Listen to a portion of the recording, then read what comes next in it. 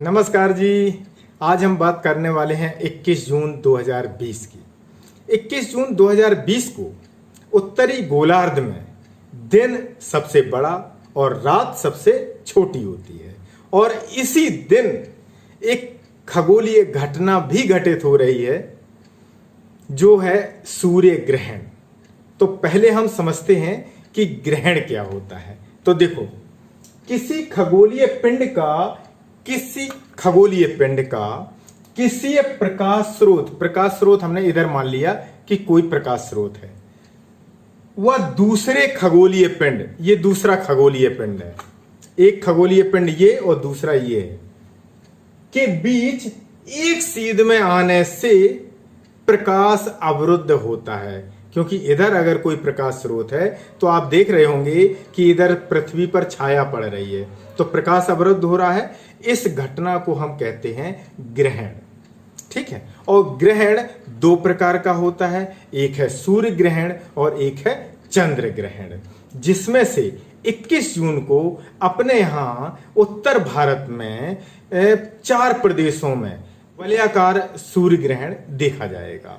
इसके अलावा ये अफ्रीका महाद्वीप के कुछ क्षेत्रों से होकर इथोपिया, सऊदी अरब, यूरोप के कुछ क्षेत्र और वहां से होकर पाकिस्तान, भारत का उत्तरी क्षेत्र, एशिया महाद्वीप और इधर से होकर नेपाल से होकर के और ये ऑस्ट्रेलिया के कुछ क्षेत्रों में देखा जाएगा। ठीक है। अब हम समझते हैं कि आखिर सूर्य ग्रहण क्या होता है। तो देखो कि अगर ये पृथ्वी है, इधर हमने मान लिया सूर्य और ये चंद्रमा है। आपको बता दें कि पृथ्वी सूर्य के चारों ओर एंटी क्लॉकवाइज घूमती है। कैसे घूमती है? Anti clockwise. और चंद्रमा पृथ्वी के चारों ओर एंटी क्लॉकवाइज घूमता है। अब जब ये चंद्रमा घूमते हुए एंटी क्लॉकवाइज इधर आता है तो ये आ रहा है मेरी तरफ और पृथ्वी एंटी क्लॉकवाइज सूर्य की ओर घूम रही है आपकी तरफ, तो परस्पर विपरीत दिशा में है। तो परस्पर विपरीत दिशा में है और अगर ये एक सीध में है तो ये घटना है सूर्य ग्रहण, जो कि अमावस्या को होती है और ये घटना की समय अवधि बहुत कम होती है क्योंकि परस्पर ये विपरीत दिशा में होते हैं। ठीक है। इसके अलग आप देखें कि अगर ये चंद्रमा घूमते हुए एंटी क्लॉकवाइज अगर ये पृथ्वी के पीछे आ जाए इधर साइड में और सूर्य वहां पे है, बीच में पृथ्वी है, तो पृथ्वी क्या करेगी कि सूर्य के प्रकाश को चंद्रमा पर आने से रोकेगी। तो इस स्थिति में इस घटना को हम कहते हैं चंद्र ग्रहण। लेकिन चंद्र ग्रहण की स्थिति में समय अवधि ज्यादा होती है। क्यों होती है? कि ये एंटी क्लॉकवाइज आपकी तरफ जा रहा है चांद और पृथ्वी भी एंटी क्लॉकवाइज आपकी तरफ जा रही है। तो ऐसी स्थिति में इनका समय, चूंकि ये एक ही दिशा में जा रहे हैं, तो समय बढ़ जाता है, जो कि 3 से 4 घंटे तक होता है और ये चंद्र ग्रहण पूर्णिमा के दिन होता है। ठीक है। अब एक चीज तो समझ गए कि सूर्य ग्रहण अमावस्या को होता है और चंद्र ग्रहण पूर्णिमा को होता है। अब हम समझते हैं कि हर अमावस्या को ये सूर्य ग्रहण क्यों नहीं होता है। तो देखो, हर अमावस्या को ये एक सीध में नहीं आते हैं।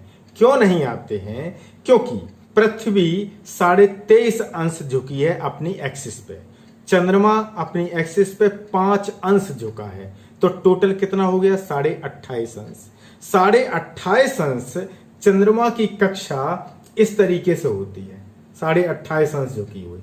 आप समझ रहे होंगे ये पृथ्वी के चारों ओर इस तरीके से घूमता है। अब किसी परिस्थिति में जब ये तीनों एक सीध में आते हैं तब ग्रहण होता है। ठीक है। और ये सूर्य ग्रहण 4 प्रकार का होता है। हाइब्रिड सूर्य ग्रहण, आंशिक सूर्य ग्रहण और वलयाकार सूर्य ग्रहण। हाइब्रिड क्या होता है कि जिस क्षेत्र में छाया पड़ती है उसके ऊपर या नीचे क्षेत्र में खड़े लोगों को दिखाई देने वाला ग्रहण हाइब्रिड सूर्य ग्रहण कहलाता है। पूर्ण सूर्य ग्रहण में क्या होता है कि जब चंद्रमा पृथ्वी के समीप होता है।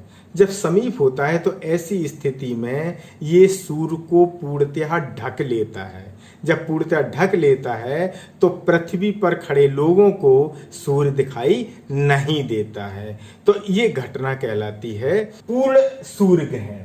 और जब ये चंद्रमा दूर होता है तो इस स्थिति में ये सूर्य के केंद्रीय भाग को ढक लेता है और पृथ्वी पर खड़े लोगों को उसकी एक रिंग दिखाई देती है। और उस रिंग के कारण इसको, रिंग मीन्स वलय, तो इसे वलयाकार सूर्य ग्रहण कहते हैं।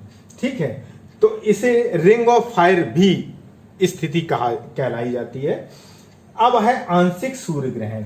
जब ये चंद्रमा सूर्य के आंशिक रूप से भाग को सिर्फ रोकता है तो इस समय यहाँ पर दिखने वाली परछाई आंशिक रूप से ही हमें दिखाई देती है।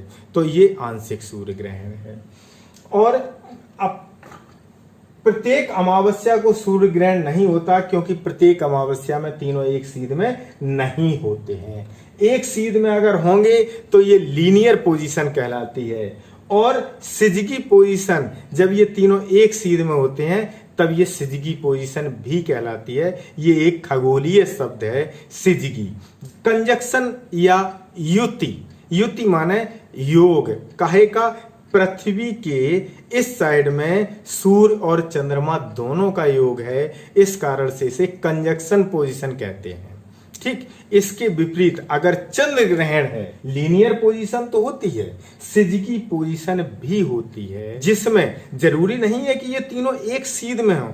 अगर ये नीचे हैं या कुछ ऊपर हैं तो ऐसी स्थिति में अगर ऊपर से इन तीनों का फोटोग्राफ लिया जाए कैमरे के द्वारा तो तीनों हमें एक सीध में दिखाई देंगे। इसलिए ये पोजीशन सिजगी पोजीशन कहलाती है।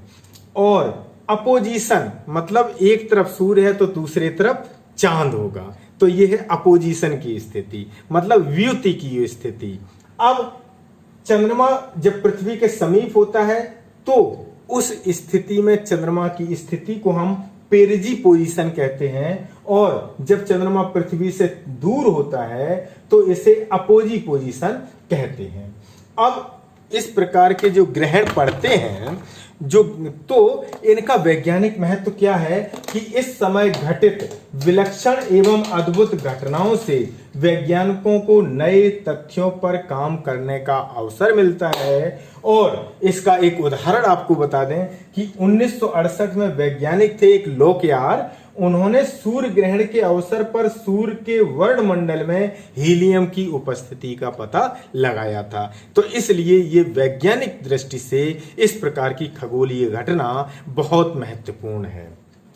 जो 21 जून 2020 को सूर्य ग्रहण अपनी पृथ्वी पर दिखाई देगा, उसका समय प्रातः 9:15 से शुरू होकर के और समाप्ति 3:04 पे होगी।